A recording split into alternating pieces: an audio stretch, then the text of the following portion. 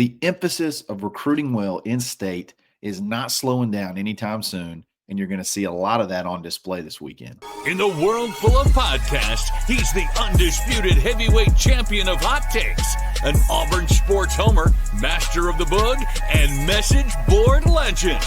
Get your buttons buttoned and your hats flattened, because the Top Button Podcast is about to kick off, and you don't want to miss your courtside seat. Now, here's your host, Charlie 5. Yes, sir. We're back. It's another episode of the Top Button Podcast. I'm your host, Kyle Rush, a.k.a. Charlie 5, and we are ready to get after it. Happy Wednesday. Hope everyone survived the snowstorm, the snowpocalypse in South Alabama, which is wild in and of itself. Still probably going to be a little bit cold, a little bit wet, a little bit slippery today, so obviously stay careful again today. But we're going to talk about this weekend. We're going to talk about the emphasis of recruiting in-state.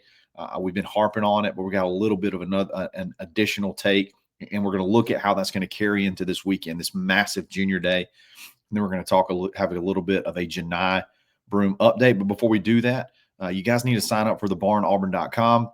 You get $25 off for 2025 of your annual membership.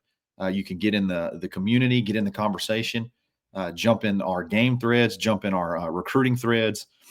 We do Q&As all the time. You got Zach Blackerby, Brad Law, myself, Daryl Dapprich, Taylor Korn, and we're looking to add new contributors here for 2025 and really build this thing, take the momentum that we built last year and really push forward for 2025. So definitely join in on the fun. Now's the time, and you can save big at the same time. So check us out, thebarnauburn.com. The in-state flavor, the in-state emphasis is not slowing down anytime soon. Auburn's this is not a fluke. This is not something that was just a last year's class.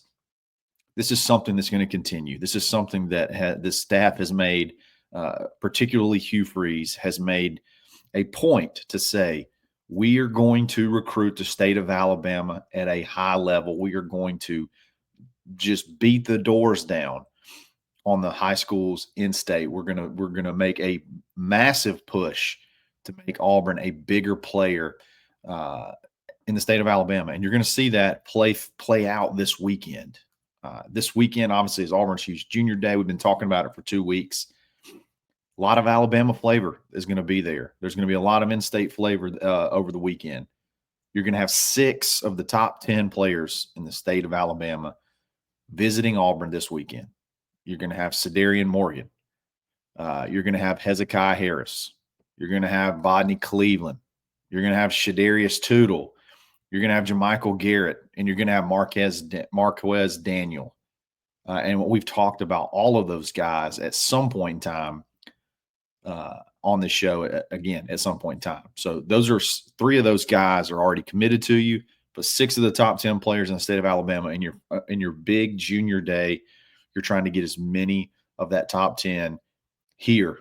And many of those top-rated guys in the top half of that state of Alabama class, you're trying to get them here so you can go ahead and make that impression on them. A lot of those guys have already visited at some point in time, so it's just another chance to bring the big dogs in and make it work. Get them fired up about Auburn. Get them fired up about the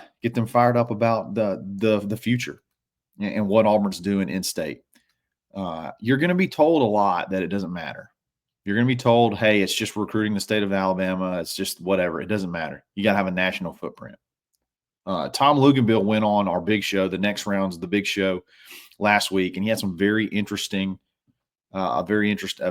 point, and he looks at it closer than anybody. And I want to play this clip for you and let you make your own opinion, make up your mind on what you think about it. The most underrated state over the last 20 years of not just personnel and players, but players that have panned out, right, is the state of Alabama. Wow. In fact, it's hard to find a close second. And I'm going back to the 06 class. All right, so we're going way back there. There you go. The most underrated state. He talked about the top states, Georgia, I think Texas, California. Those states are probably the top states. Florida's in there. But when you talk about most underrated, most pound for pound, per capita, able to produce high-level talent, Alabama's up there. He said it's hard to find a close second. So you're going to hear it doesn't matter if you recruit the state of Alabama well. It doesn't matter if you do this in state. It's not as big of a deal as maybe Auburn fans or Auburn in general is making it. And the problem is yes, Tom Luganville is correct that you can go all the way back to 2006. You can go all the way back to 2006 and show like a track record of success. But the thing is, more recently, you're having more and more top 100 players come out of the state of Alabama. The state of Alabama is not only just having just regular old talented kids, you're having some of the top half, not even top half, you're having some of the top end talent in the whole country come out of the state of Alabama. You're starting to see national players come in. Your Ohio State, your Oregon's coming into Alabama because Alabama's producing some of the top players in the whole country. So that's a big deal. So no matter what anybody says, you can just simply look at that fact right there and understand that recruiting the state of Alabama is important. And when you're here, and a lot of these prospects are probably within, 200 miles of you, you can get you can cast you don't even have to cast a huge net. You can really target in, really hone in on those guys and make a lot of impact on rebuilding your roster with some very talented kids. And Auburn's going to really push this weekend. I'm sure they're going to push that. They're going to push, hey, you already got 3 guys in the boat. One of the guys that's visiting is committed to Alabama. Actually, maybe it's 7 out of the top 10 already. I have to go back and check. But you got Zion Gibson, who's Alabama's lone commit, who's also coming. You don't think they're going to play that up? You don't think they're going to say, hey, look, you got 3 guys in state already committed. You probably got 2 other of these other guys that are leaning that way.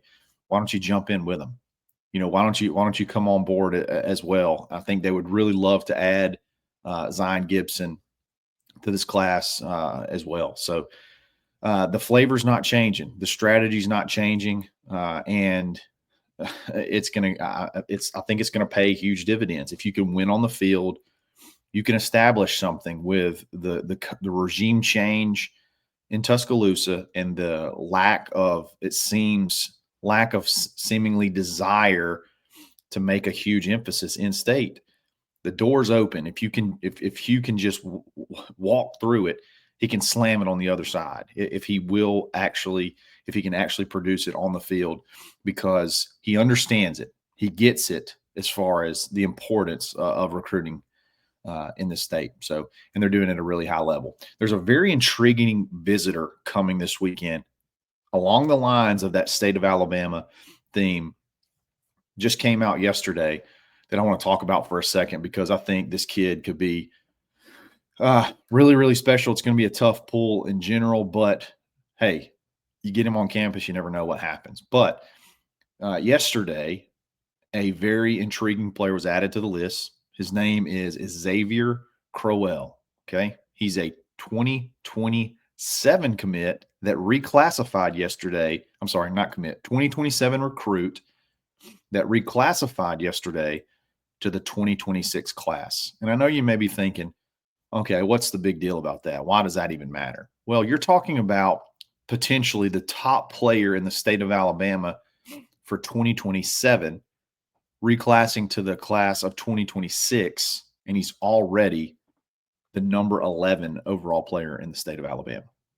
So he went 1 year up, and he jumped everybody in the 2026 class and went all the way up to number 11. And quite frankly, he's going to be way higher than that. By the time this season's said and done, by the time that everybody can get eyeballs on him, he is going to be way higher than 11th in the state of Alabama. ESPN doesn't even have him ranked yet. So that's going to factor into that ranking. Again, it's hard to take a kid like that and just as soon as he reclasses, have a ranking ready for him.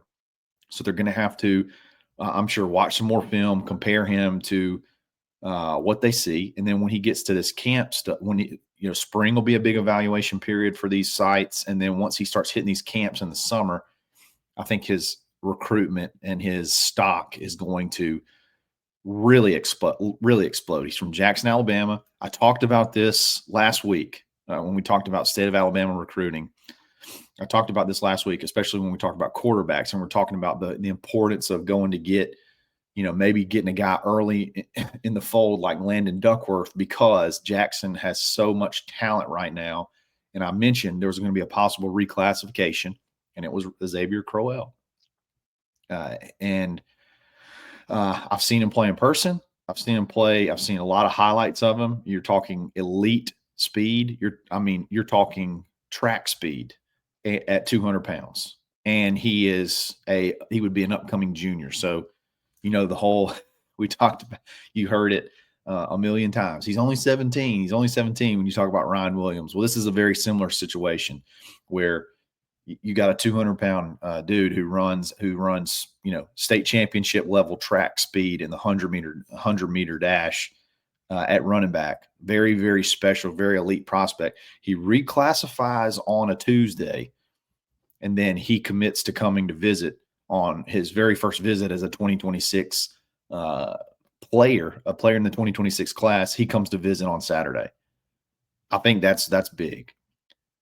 So again, you get that news, and then all of a sudden you add a visit in to Auburn. That's your first visit as a 2026 recruit. I think that speaks volumes. And again, if you can get him in here and get talking about that, that Alabama hype, that state of Alabama hype to Auburn, I think you can make some waves early. Now, I'll say this: Jackson is a Alabama town.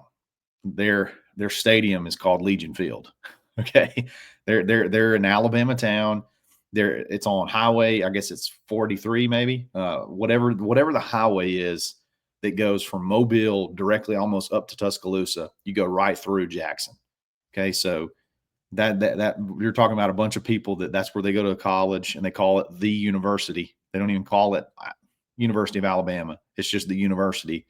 That's going to be a tough pull. And I know that Kalen DeBoer, as little emphasis as he's put as a whole on the state of Alabama, he's put a lot of emphasis on Crowell. Spent a lot of time with him when the I guess evaluation period opened. So he's going to be a tough pull. But as soon as he reclassified, he schedules a visit to Auburn. So that will be something to watch. It's very intriguing. I'm very curious to see how this recruitment plays out, because typically it just goes, you can just look over the, recent history.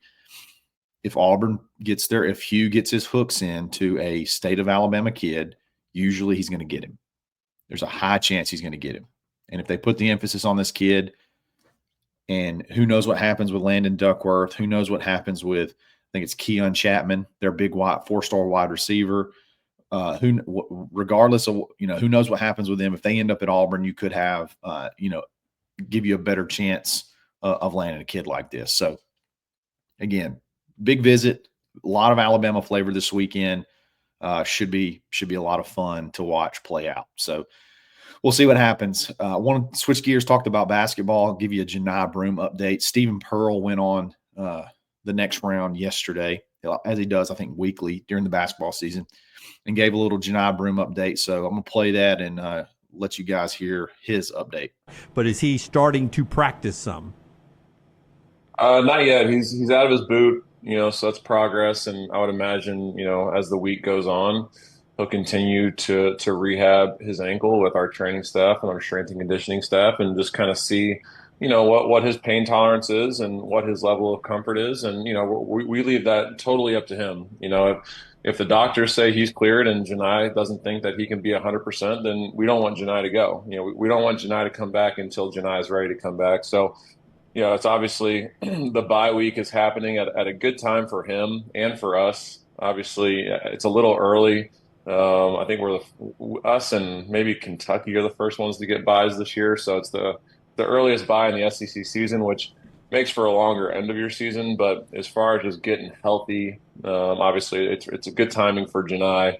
good timing for our team to kind of get ready for this second half stretch of the season. So it's really on Johni if he feels comfortable enough to try and give it a go in practice, Wednesday, Thursday, Friday leading up to the game, and then we'll decide from there. To me, that's a huge update. Walking without a boot. When you have an ankle injury, walking without a boot is a huge step because you're weak. You're not able to stabilize yourself. You're afraid you also have that little fear in the back of your mind. Hey, I'm going to step wrong and I'm going to roll it, and I don't want to risk that. So coming out of the boot that fast, I think is a huge step. I think it's a huge update. He's already walking around without support. I think a lot of us felt like he could even maybe still be on crutches at this point in time, based off of the way he was carried off the court. A lot of just initial reaction, the way he was reacting, the amount of pain that he seemed to be in. I think a lot of us felt like, man, if he can miss 6 games, if we can just miss 6 games, maybe that's a blessing. He's already out of his boot and walking around. I think that's a massive update.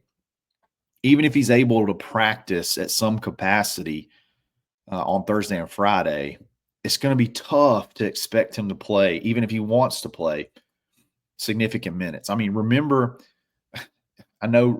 against, I guess it was Georgia State maybe, or Georgia State when he hurt his shoulder.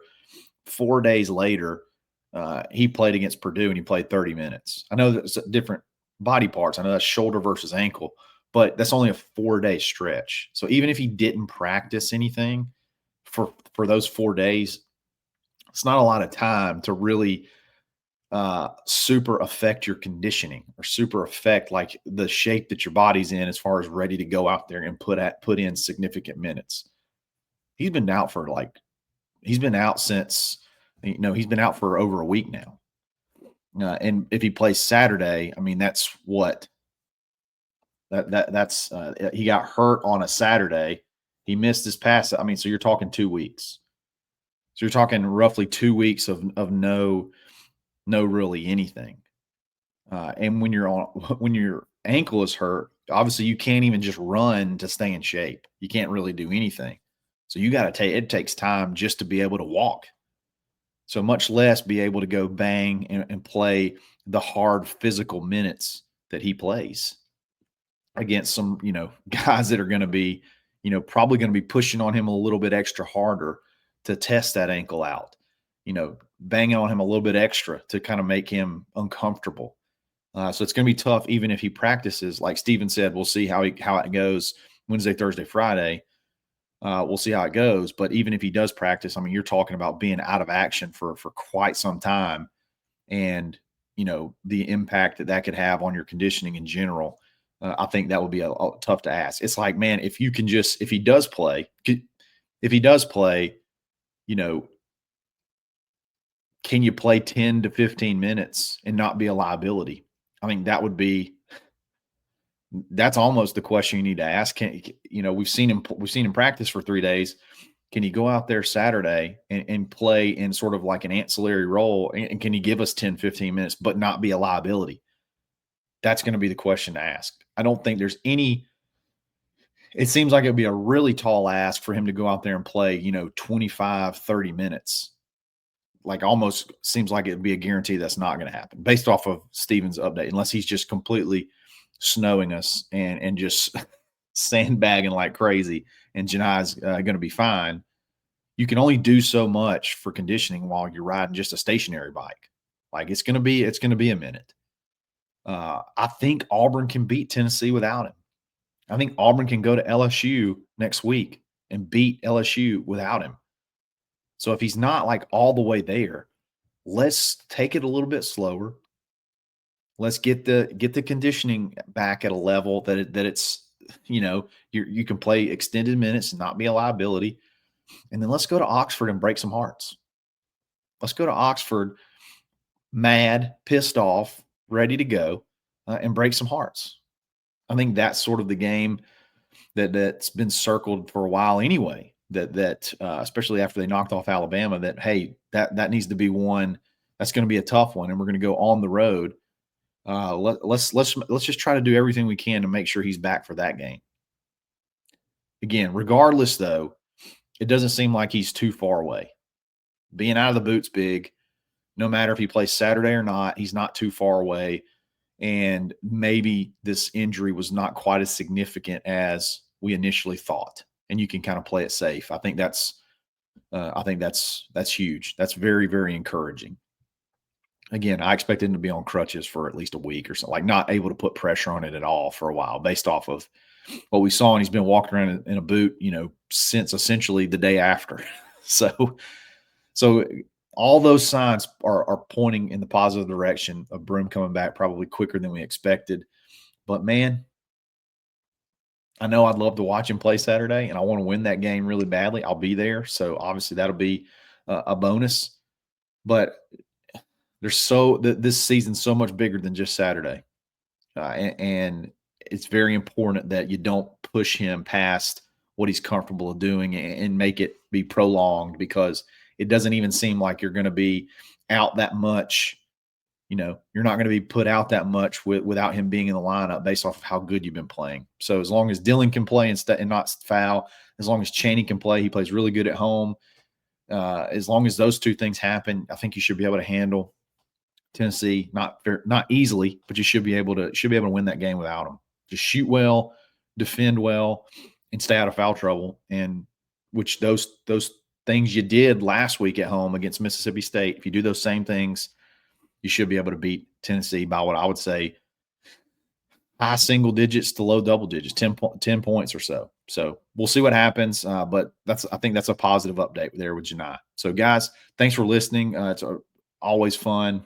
I hope y'all are able to get out and get out and about today. I'm not really sure what the deal is going to be in Auburn, Alabama, because the roads are going to be snowed up, and it's not going to get real warm today. So it's probably going to hang around for a while. So we'll see what happens. But regardless, we're going to be back every single day this week. So y'all, if you like this video, like it. If you like this channel, subscribe to it. Follow me on Twitter, _Charlie_5. We'll be back again tomorrow with another barn takeover. My favorite part of the week. So check it out, and we'll talk again soon. It's another episode of the Top Button Podcast. Stay button. Thanks for listening, and drive home safely.